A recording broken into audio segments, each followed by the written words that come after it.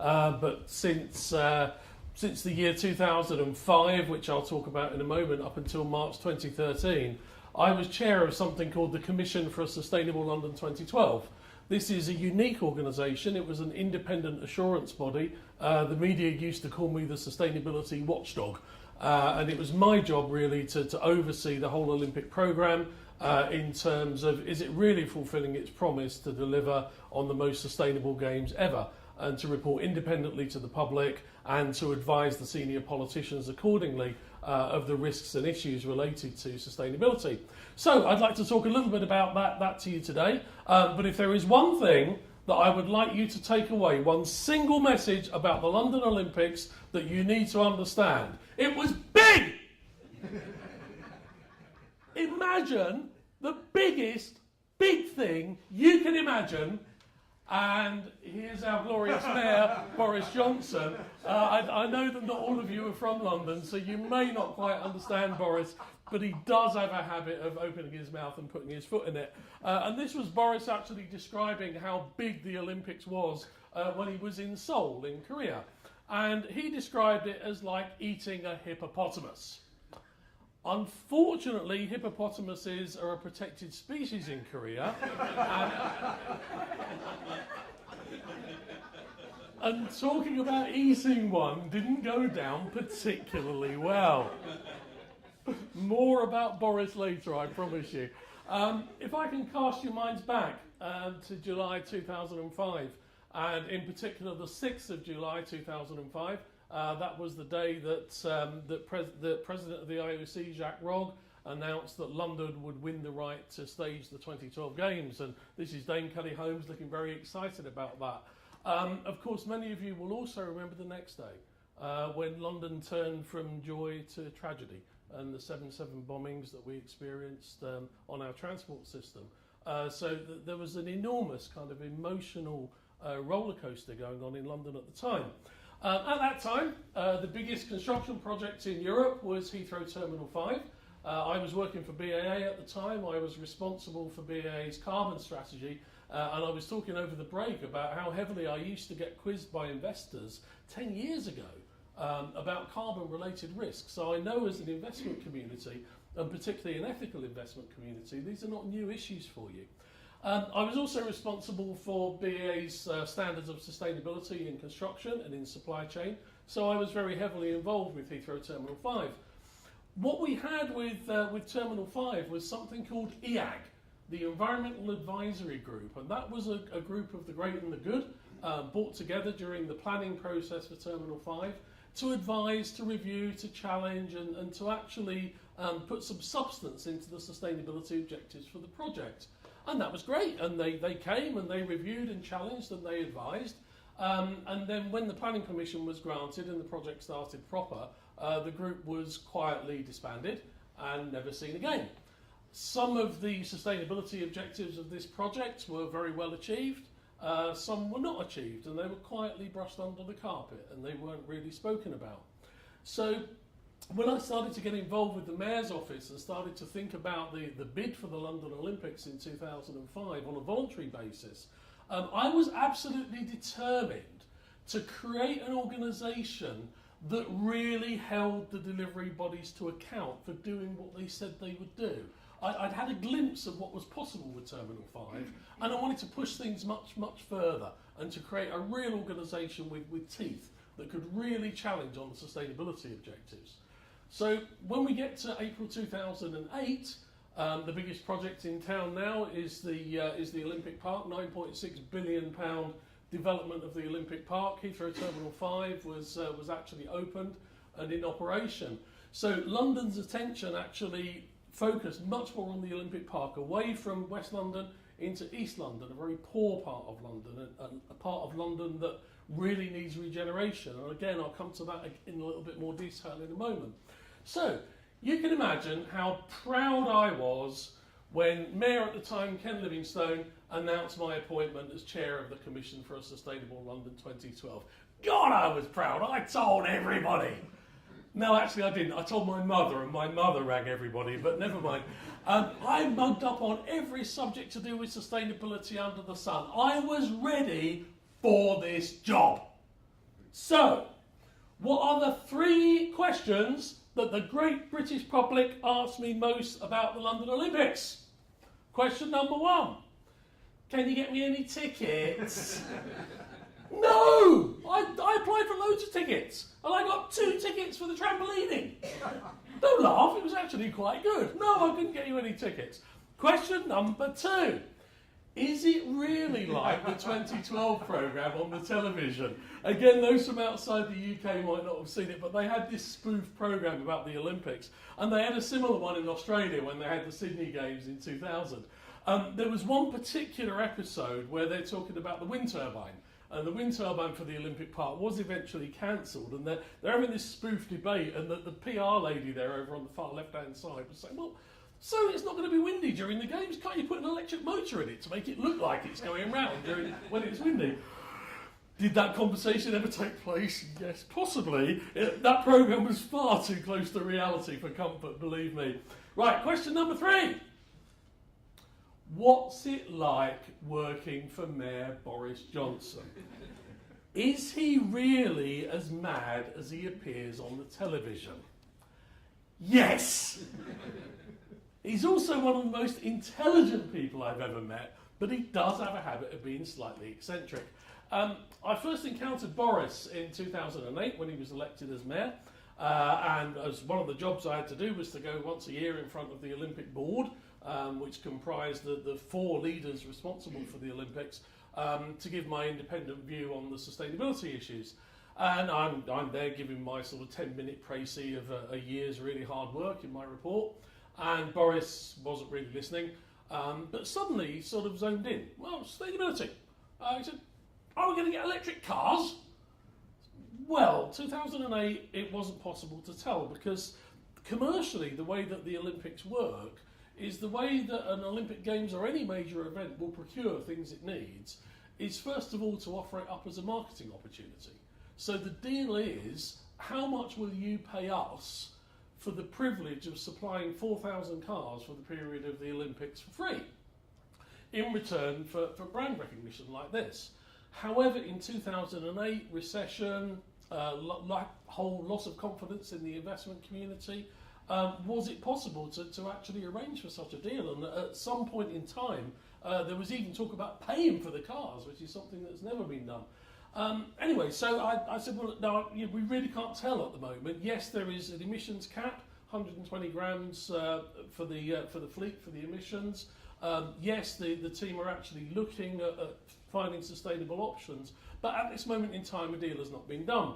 So he said, right, I want a briefing. I want you to come along and brief me before the car deal is signed. I want to know, are we going to get electric cars?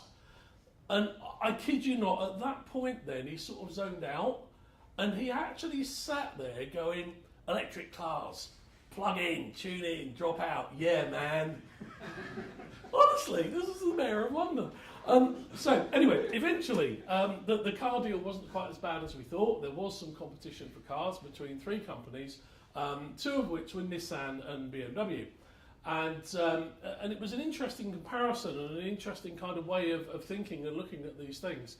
Nissan came forward and offered 2,000, a fleet of 4,000 cars. We're going to offer 2,000 of our new Leaf model. I always struggle a bit with the plural here. Is it Leaf or Leafs or Leaves? Or anyway, they offered 2,000 of them. But when it came to the presentation and the discussion, questions like where are we going to plug them in was kind of quite difficult to answer. And the response from Nissan was, well, you know, that's your problem. We supply the cars. The infrastructure simply was not available, and it simply was not possible to run a 24/7 fleet of 4,000 vehicles when half of them have to be plugged in for 8 hours a day. Logistically, it couldn't be done.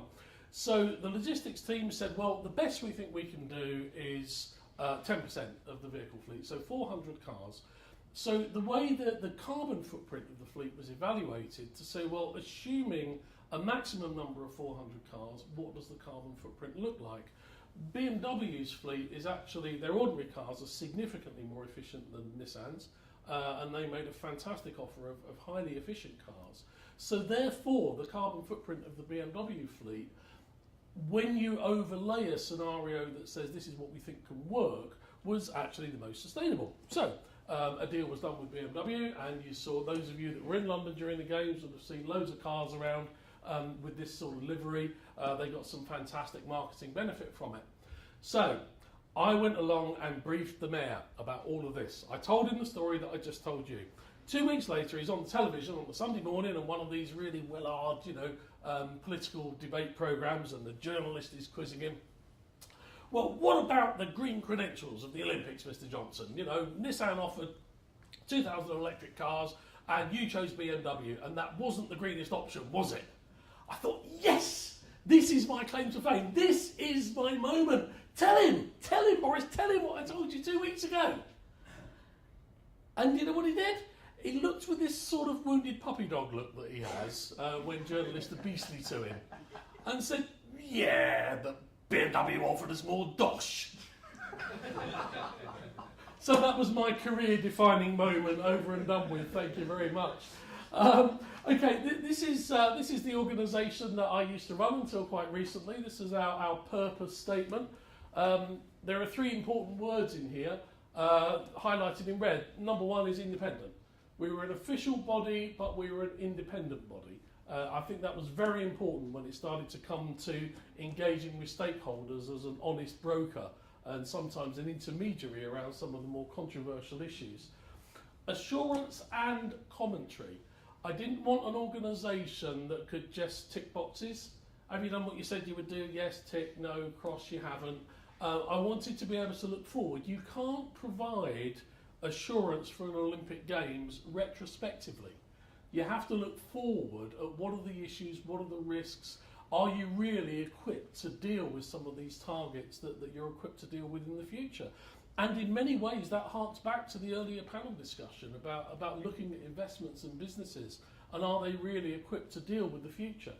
Assurance and commentary, and then finally to support a sustainable legacy. The London Olympics was all about the opportunity to regenerate the East End of London. A very poor community. London has failed for at least the last 200 years to regenerate the East End. So there was a massive opportunity there to use the Olympics as a catalyst for regeneration. So that's what we were all about. We were very busy people. The website still exists, so you can still go to it, and you can find an enormous body of work of reports now. We produced an overview of sustainability and the Games in its broadest sense every year in our annual review, snappily entitled. And then we did a number of deep dives into specific issues during the course of the Games. So you'll find a report on skills and employment, you'll find a report on transport, you'll find a report on carbon emissions, on waste, etc., etc. So we were constantly scrutinising the whole Olympic programme through the course of the event, and all of that information is still available for legacy. So what's the secret of its success? And I like to think of a little mnemonic which I call GAMES. I'm going to talk to you a bit about today. Ground rules, accountability, measurement, energy, and does that lead to a sustainable mega event, which is really the main exam question that we're trying to answer today. Ground rules. Both organisations were great at setting out the rules at a very early stage. The ODA that were building the facilities and LOCOG that staged the Games set out their sustainability requirements way ahead of any procurement, way ahead of any construction activity. They made their requirements very, very clear from day one. This is an example of how all of this works. This is the Velodrome. It's a wonderful building. It's probably the most sustainable building on the Olympic Park. I love it. I think it's great. This building originally was 40 million over budget. The ground rules for sustainability were very clear from day one. We want a building with 15% better energy efficiency than the building regulations. We want 90% waste diverted from landfill. We want 25% of the workforce to be local. We want 10% of the workforce to be previously unemployed for the last 6 months, and so it goes on.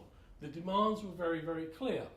The designers of the building came back and said, well, you know, if you want it cheaper, then you'll have to relax the sustainability requirements, won't you? The answer from the ODA was very, very clear. No. We set out the ground rules, we set out the sustainability requirements, you understood the requirement when you accepted the contract, You understood what the budget was when you accepted the contract. Now off you go and come back to us with a solution that's within budget and that achieves the sustainability requirements. That required the designers to go away and completely rethink the design of this building. Originally it had a steel supported roof, as most buildings would. They moved to a cable net supported roof. Far less material in it, much cheaper. If you have less material in the roof, then you need less steel to support the roof and you need less concrete in the ground to support the steel. You end up with a building with half of the materials of the similar velodrome in Beijing. We've ended up with a building that wasn't 15% better energy efficiency than the building regulations, it was 30% better. We ended up with a building that didn't have 25% recycled materials, it had 37% recycled materials. By being really demanding, setting the ground rules and not compromising, that drove innovation. And that's the sort of innovation that we need to tackle climate change. So ground rules, really, really important. Accountability. All of these people are leaders of one sort or another of the London Olympics at the top of the organisation. They all had very clear messages about sustainability. They all believed that it was the right thing to do, and they sent that message down their organisations. As the independent auditor, I had access to the senior leadership of the Olympics at any time. I could raise an issue with them at any time during the process, and they were very accommodating. They would listen to me. I didn't call that requirement very often, but it was there.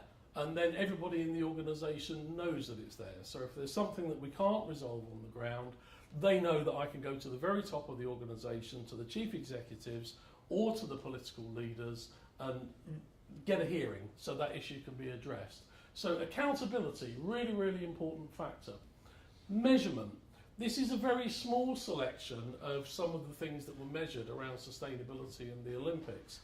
So it's not just about carbon, it's not just about the environment, it's about employment, it's about access for disabled people, it's about engagement with communities. And as we heard from the earlier presentations, what doesn't get measured doesn't tend to get done. So measurement is really important, and in the main, I think the Olympic delivery bodies did very well as far as that aspect is concerned. But measures aren't just numeric. I think this is a great visual measure. Over here on the left-hand side is the famous Fridge Mountain in East London. That was when we didn't really know what to do with the European directives for disposing of refrigerators. So we just piled them up in a bit of wasteland in East London and left them there. This is the same site now, not now actually, it's the same site during the Games, because the building that you see there was actually the water polo arena, and that was a temporary building. Once again, one of the policies for the Olympics is we will not build permanently unless we can find a legacy use for that building. So this was a temporary building, this comes down after the Games. After that, there's going to be a sort of urban waterfront arena, there's going to be some offices, some retail there, a pleasant environment for people to enjoy the Olympic Park and to enjoy the waterways in legacy. So it's not just about numbers sometimes, it's about what you can see and what you can experience. Energy.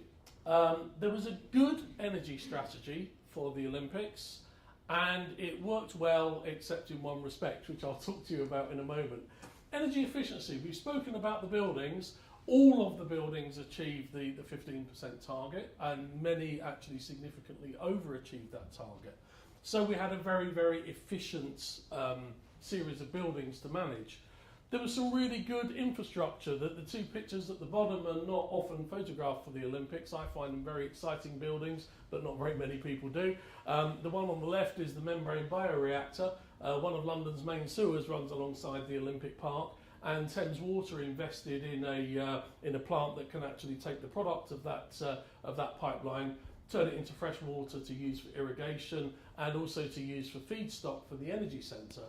So you've got two combined heat and power units on the park, one on the Olympic Park side, one that also provides the Westfield shopping centre, biggest urban shopping mall I think in Europe. Those two systems are connected, so you've got district heating, cooling, power, all within the infrastructure. So that was all really good and it worked very well. The piece that I think didn't work so well was energy management during the Games. I pushed and pushed and pushed LOCOG to have an energy policy, an energy strategy. They didn't do it. They finally engaged some consultants in February 2012 to come up with an energy plan. They finally hired 2 people to manage energy during the games in May 2012. Far too close to the games, too late to actually make proper plans, too late to really engage with the venue managers and train them properly. So although there was some very funky online, energy tracker things on the system, I saw far too many lights left on in broad daylight. I saw too many engines running. I saw too many generators running unnecessarily. Energy management and major events is a bit of a disaster area in my opinion, and it gives all the wrong messages. Certainly could have been done better for London 2012, needs to be done better for future events. This is all about waste, and I think there's a fantastic story here, and many years of work went into the waste strategy because the objective was zero waste to landfill. Now, for an event that's going to welcome 11 million visitors in a very short period of time, zero to landfill is a fantastic objective to have. You would have seen, any of those of you that went to the Olympic Park, the 3-bin system. So there was a really visible message around segregation of waste and use of waste. Over in the bottom right hand corner here, you'll see every single bit of material that came onto the park during the games, including all of the food packaging, had to be compostable or recyclable.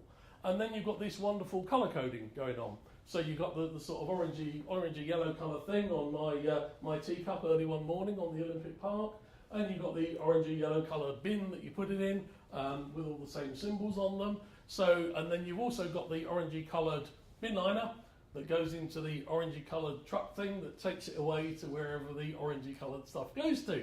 Simple, brilliant, isn't it? Didn't always work. Not everybody segregated their waste that way. You'd kind of think with that level of messaging that everybody would get it right. But the fact is, the public, certainly in this country, don't understand waste segregation as well as they should. And the Olympics, I think, made a great contribution to that. Would anybody like to hazard a guess what this building is? Speak to me. I can stand here all morning. Anybody, any idea? TV studio. It's the TV studio. Well done. This is the BBC TV studio for outside broadcast. It's made out of shipping containers. And when it was finished with, it was taken to bits and the shipping containers went back to be shipping containers again. And I think when you start to create an environment where you say zero to landfill and everything is about reducing waste, you tend to get a sort of a groundswell of creativity. And the good old Beeb went away and made their outside broadcast unit out of old shipping containers, which was fantastic. And then you get to the picture up on the top right-hand corner here. This was actually at the Royal Artillery Barracks, where the shooting competition took place. And the team came up with they've got dog toilets for assistance dogs, etc. on the games. So they came up with their own idea of having their own dog poo wormery so they could make their own compost on the site. That was not part of the strategy, wasn't something they were required to do. Just a bit of extra creativity going on down at the shooting venue there. Food. A fantastic food story, particularly compared to the games in Beijing. I was in Beijing for the Olympics as part of the London Observer programme, and the food was terrible, believe me. It was really, really awful. London could only do better, it couldn't possibly do worse. So they set up a food vision. They engaged all of the caterers, all of the providers of food for the games, and set out a vision of healthy, sustainable, locally sourced food. They managed to engage the big players as well, so Coca-Cola and McDonald's came to play. They both signed up to the food vision. McDonald's did much better than you think. All of their milk was organic, all of their eggs were free range, all of their meat was locally sourced, etc. So they really came to the party in a big way. And for me, it was one of the great experiences of the games that there was a fantastic variety of food there, often provided by local suppliers, and really reflecting the diversity of London. In East London alone, there are over 300 languages spoken, and I think it was very important that we reflected that in food. Bottom right hand corner there, fresh water. You'd kind of take that for granted, wouldn't you? But this is the first time that free fresh water has been provided at an Olympic Games. There wasn't enough of it, very large queues formed in the hot weather, but at least it was there. It wasn't very well signposted either. Everything else was brilliantly signposted, but the water fountains weren't as well identified as they could have been. Did Coca-Cola have anything to do with that? I couldn't possibly comment. Okay, a few other features. Logistics, a fantastic job was done with logistics. UPS were the logistics partner. They got into a whole pattern of use of electric vehicles at night. So you can move things around London at night, providing you don't make any noise. So the electric vehicles were fantastic. It was a much more efficient way of moving things around. They brought a lot of stuff in by water, and they had a big logistics centre at Tilbury Dock, and they'd bring it down by barge. And then the last mile delivery would actually be by electric vehicle. That taking place at night actually eased congestion on London's roads, reduced the air quality, air pollution, better carbon footprint, cheaper, more efficient. A really fantastic joined up solution. Transport, surprisingly, and to my amazement as well, I'd have to say, the whole transport system in London actually worked for once. And during the games, this was the public transport games, there were no cars. So for the first time, everybody was expected to come by public transport. We had some great innovations like the train there, the Olympic Javelin, which was using the fast rail link to the Channel Tunnel. 7 minutes from St Pancras Station to Stratford. Now, those of you that know London and know London's transport well would know that that's like the equivalent of the moon landing or something like that. It's a technological miracle to be able to get from St Pancras to Stratford in 7 minutes. The volunteers were great on the transport system. They were all really friendly, really helpful. They made the experience really pleasurable for people. And those of you like me that have to get around London every day know that it's usually anything but pleasurable. So fantastic experience. We've got a cable car going across a part of the Thames that's very difficult to cross by any other means, which is a great tourist attraction, but it's also a great addition to our public transport portfolio. Disabled access, for the very first time ever for an Olympics, there was a joined up mobility programme. And these mobility centres were available at all of the venues. There were lots of these electric buggies and things, wheelchairs, lots of different mobility aids, lots of advice available for people to help them get around. You know, what is a really big venue in the hot weather? So it wasn't just about disabled people. It was like people like me that get a bit breathless when it gets hot and I have to walk more than half a mile up from one end of the park to the other. The green space up in the top right hand side here, anybody that saw or experienced the Olympic Park would know that a fantastic job was done, and as you heard earlier, it was a very highly polluted, contaminated land part of London was turned into a beautiful biodiverse park. It's the biggest new urban green park in Europe for the last 200 years. Not only a great experience for the Games, but also a great experience for legacy. I would have to say at this point, I personally didn't dig up all the polluted land and put it back nice, but certainly some very clever people did. This was not such a good story in the middle here. This is an industrial catering scale refrigeration unit. We tried to move away from using HFCs in refrigeration. HFCs, as many of you know, are a very potent global warming gas. They have a global warming potential of anything from 2,000 to 6,000. Managed to make it happen in air conditioning systems after a few battles, and that was really good. But the hire market just simply did not respond. And we still had a load of fridges hired in for the Games, full of HFCs, and didn't really make a difference to that industry. So it wasn't all a success, but in the main we had some great, really successful initiatives. This is a slightly quirky story. This is again the membrane bioreactor, which is actually used as feedstock for the combined heat and power system. That combined heat and power system has a district heating system that actually heats the 4,500 homes that make up the Olympic Village. So in some very small way, London's ablutions made a small contribution to Usain Bolt's hot shower on the morning that he broke the world record and won the Olympic Games. You can be low carbon and inspirational. How many of you saw this on the TV or at the event? Yeah. This was the Olympic cauldron, and it has a story attached to it. very early days when the energy strategy was first announced, LOCOG made two promises. One, that they would deliver a low-carbon Olympic torch, and two, that they would deliver a low-carbon Olympic cauldron. They failed miserably on the torch, and I was very critical. I went in the papers, I went on the TV to say you failed. They tried to find an alternative fuel for the torch. They worked with sponsors, EDF, to try and find this fuel. They were not successful. They were using an elephant grass based fuel, and they just couldn't make it work safely in the time available. But the interesting thing was, when they were trying to explain it to me, to say, well, we tried our best, we just haven't succeeded. I said, well, trying your best isn't really good enough, guys. And we've been trying, and they actually went out in their press release to say, we've been trying really hard to achieve this since 2009. Yes, guys, but you promised it in 2007. So what you're telling me is you sat on your butts for 2 years and did nothing, and then you started in 2009, failed to deliver it, and then said we ran out of time. Sorry, I don't have any patience with that. And you're not going to fail me on the cauldron, are you? The Olympic flame, that is going to be low carbon, isn't it? And that got into a very sensitive area, because obviously the whole opening ceremony is a dark secret in Olympic culture, so nobody would tell me what they were actually going to do.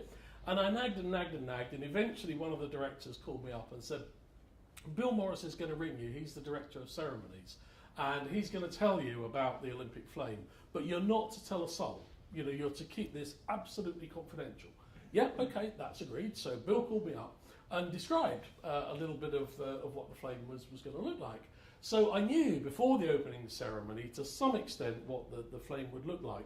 I also knew that this whole assembly uses 15% of the gas of the assembly in Beijing.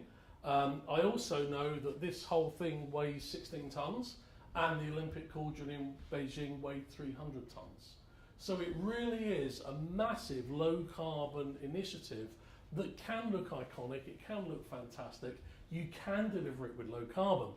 And interestingly, it wasn't until the day after, so I did a whole load of stuff in the press about low carbon, and many of the papers picked it up.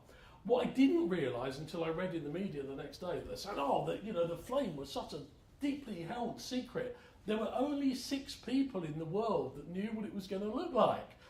I thought, no, actually, there were 7, because he told me and I hadn't told anybody.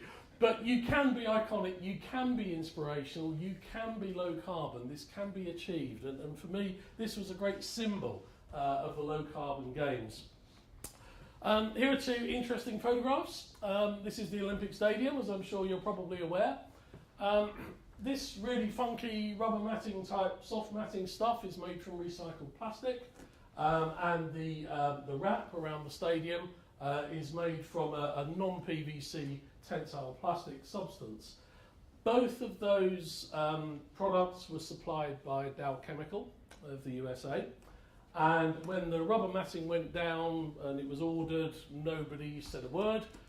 When Dow Chemical were announced as the sponsors for the wrap, it seemed like everything just kicked off in terms of the protesters, the NGOs, the whole issue of Dow's responsibility or otherwise for the Bhopal disaster in 1984.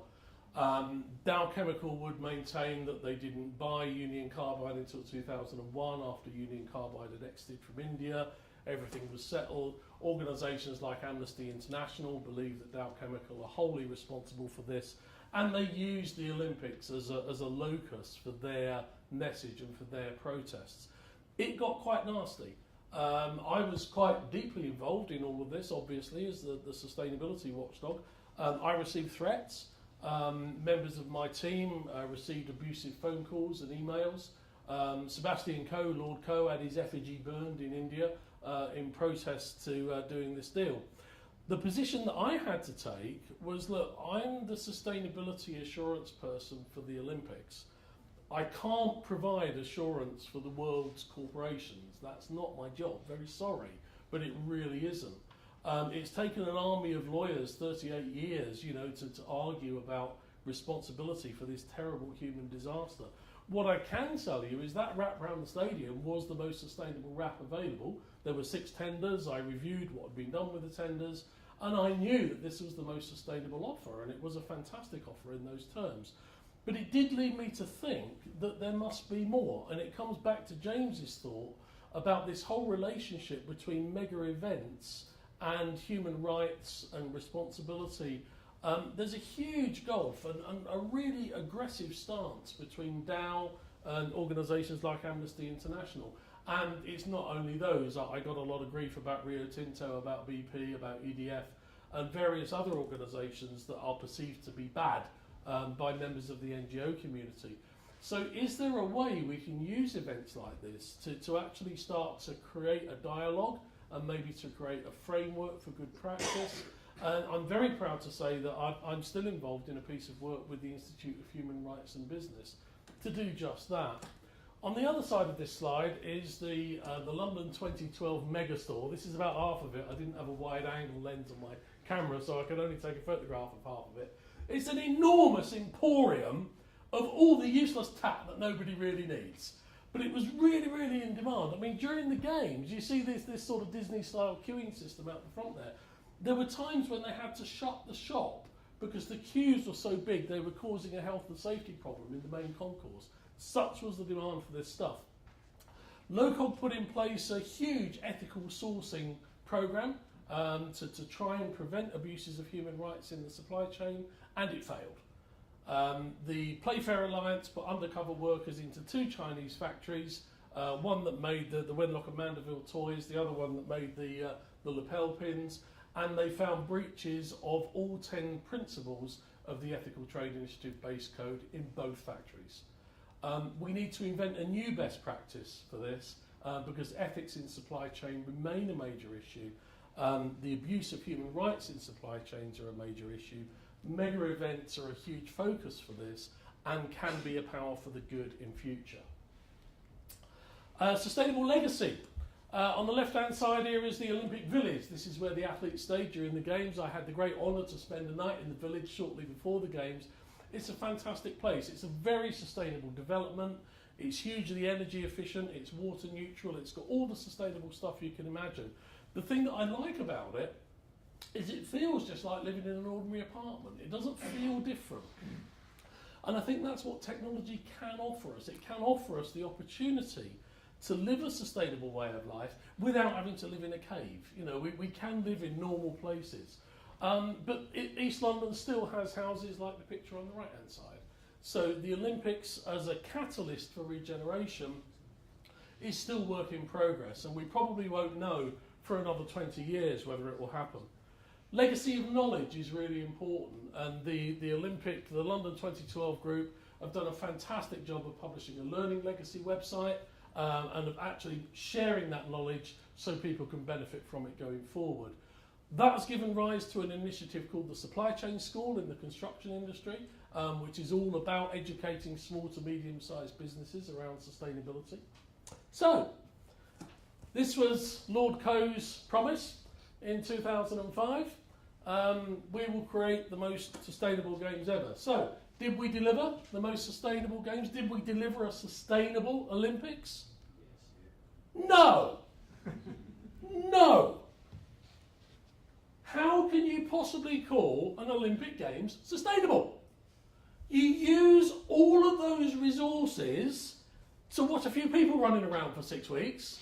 It's not a sustainable thing to do unless we can actually use that sustainable best practice to actually share it with other people and start to create a community of practice around sustainability in a way that the resources that we've used are actually mitigated by more sustainable behaviour around the world. So only if we can inspire a generation to more sustainable behaviour can we really call the Games sustainable. I hope I've inspired you a little bit this morning, ladies and gentlemen. Thank you very much for listening to me. Thank you.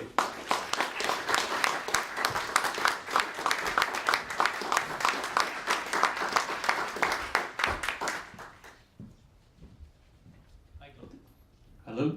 I got the answer wrong. I said yes. Because then Sean rationalised why I said yes, which is the way it should be. We have a short while for questions. If you want to be fed, short questions would be appreciated. Short answers.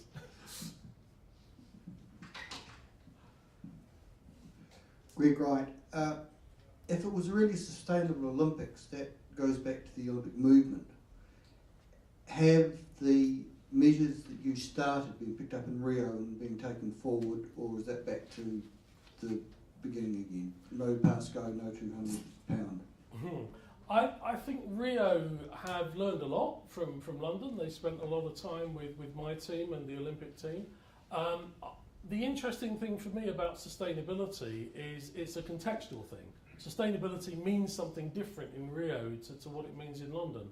So I think Rio are picking up on some of the sustainability impacts that London has learned from. They're doing a lot more on the social and economic side, you know, poverty in Brazil, etc. So I think they're doing it in their own context, which is great. I'm seeing the America's Cup picking up practically everything that LOCOG have done and taking that forward, partly because the head of sustainability for the America's Cup was actually one of my commissioners. But if I look at Glasgow, the Commonwealth Games in Glasgow, they're not coming anywhere close to the best practice employed by the Olympics. So I think it's work in progress and there's more to be done. John?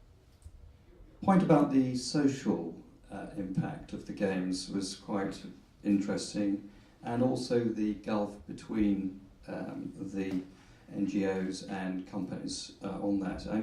There was one initiative, I think in particular, which caught my eye, was actually the initiative where workers in sponsor factories could raise grievances, and that was sort of some good progress to see there. And certainly from the ECCR side of things, we're thinking about how that might be incorporated within the labour rights and trafficking work. But also, maybe this is an open question to the group assembled here, is there more that investors could do in terms of supporting that type of initiative, which... I'll try and answer that not on behalf of the group, but yeah, I think the complaints mechanism was a first. It was really good. I think it was applied a little too late and it wasn't communicated well enough. So more can be done. But yes, I think the investment community can influence this sort of behaviour. It's a massive problem, but it requires long-term relationships with the supply chain and the workforce.